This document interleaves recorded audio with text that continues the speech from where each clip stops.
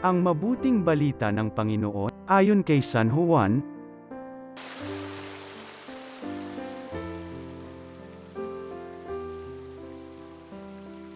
Mga kapatid, hindi ba ninyo nalalaman na tayong lahat na nabinyagan kay Kristo Jesus ay nabinyagan sa kanyang kamatayan?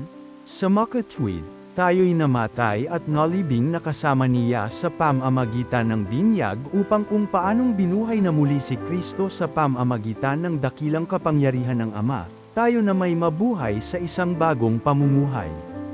Sapagkat kung nakaisa tayo ni Kristo sa isang kamatayang tulad ng kanyang kamatayan, tiyak na makakaisa niya tayo sa isang muling pagkabuhay tulad ng kayang pagkabuhay.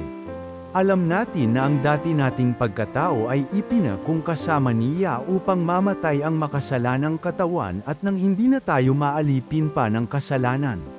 Sapagkat ang namatay na ay pinalaya mula sa kapangyarihan ng kasalanan. Ngunit tayo'y naniniwalang mabubuhay tayong kasama ni Kristo kung namatay tayong kasama niya. Alam nating si Kristo na muling binuhay ay hindi na muling mamamatay. Wala nang kapangyarihan sa kanya ang kamatayan. Nang siya'y mamatay, namatay siya ng minsanan para sa kasalanan, at ang buhay niya ngayoy para sa Diyos. Kaya dapat ninyong ibilang ang inyong sarili na patay na sa kasalanan datapwat buhay naman para sa Diyos sa inyong pakikipag-isa kay Kristo Jesus.